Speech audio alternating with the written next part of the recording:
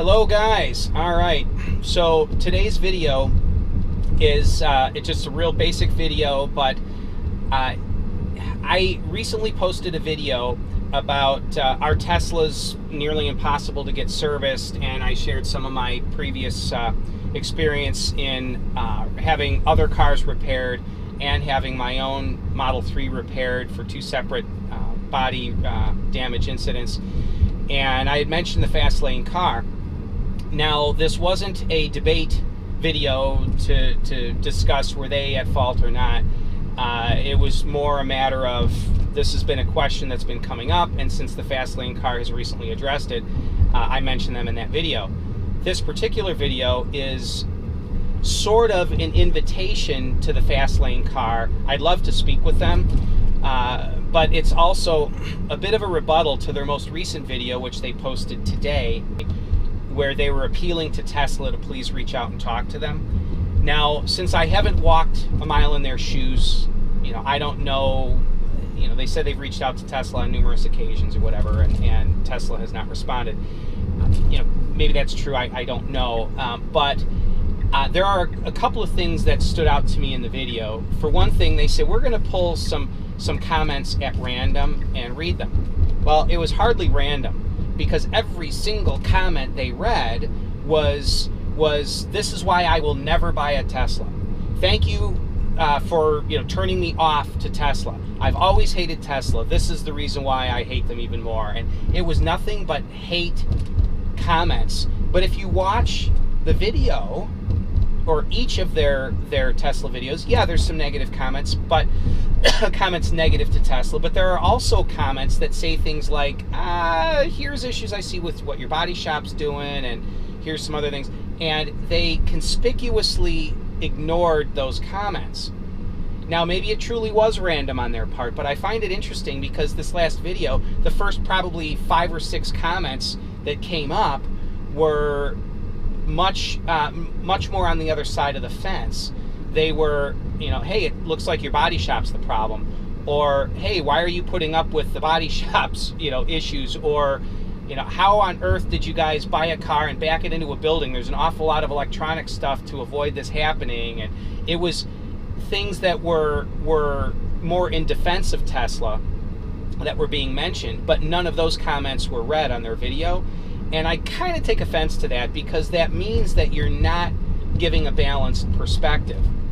So now I can say that the guys at the fast lane car, love you guys to death, been watching your videos for quite some time, and to a large extent, a lot of what you guys say does have an air of unbiased essence to it.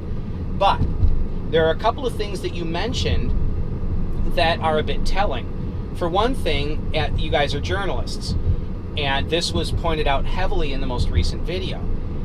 Okay, yeah, journalists in general tend to lean much more heavily pro on the legacy auto manufacturers and negative on Tesla. So that it just is. And so, saying we're journalists doesn't really help your cause. Again, journalists tend to be more critical of Tesla for some reason. Number two, you guys mentioned that you've been doing this for a while and you have a good reputation, are well known with the auto manufacturers. This is also a problem when it comes to those of us that own Teslas that are kind of wondering about how unbiased are the videos, because when you are connected well and well known and well liked by the legacy auto manufacturers, then you dip your toe into the Tesla pool, you will automatically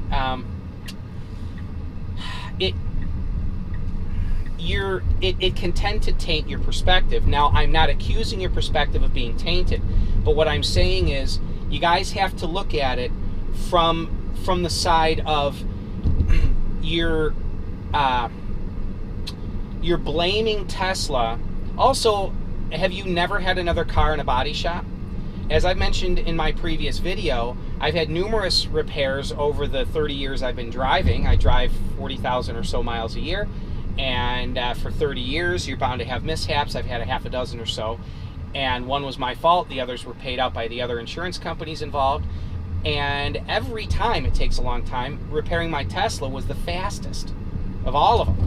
And every one of them had difficult time getting me parts. So the problem that I take with your analysis of the issues you're having getting your Model 3 repaired is that you're focusing on Tesla, not on bodywork, but on Tesla. It's Tesla this, Tesla that. This car is impossible to get fixed. Tesla screwed up. Tesla's taking forever. Tesla. How about saying, why is it that body shop repairs take so long?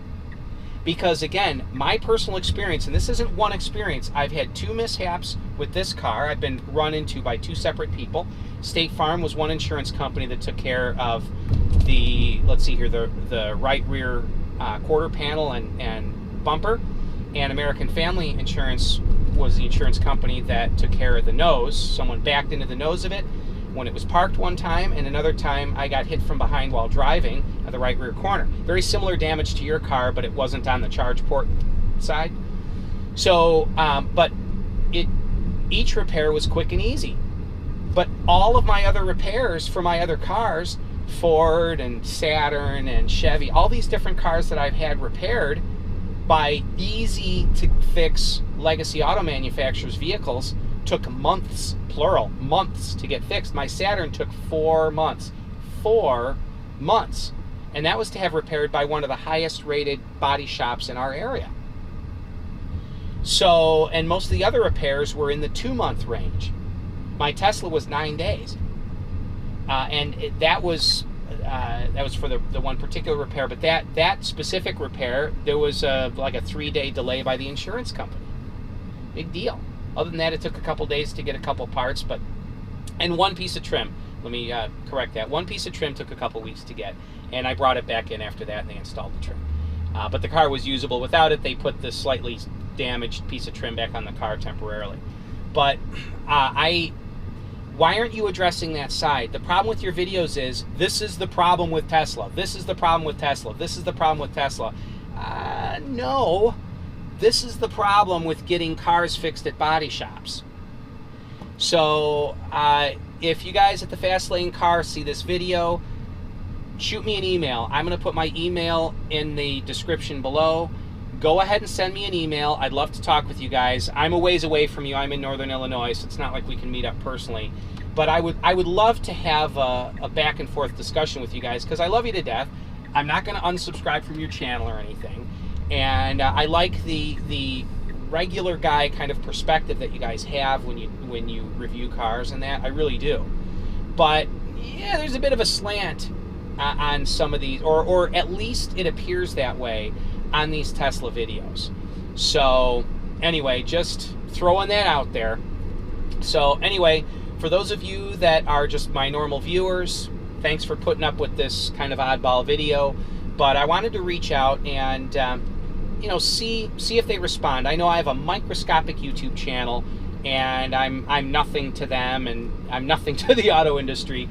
But it's just something that I wanted to see addressed, because again, it's just Tesla's a problem, Tesla's a problem, Tesla's a problem. No, getting body work done is a problem. Getting body work done is a problem. Getting body work done is a problem. It's a time-consuming hassle. It just is. Not that we should all put up with it, but I'm just saying, if you're going to cast blame, cast it on the entire industry, not on Tesla only.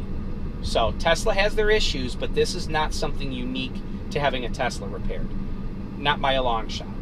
So anyway, thanks guys. Have yourselves a wonderful day. Take it easy now.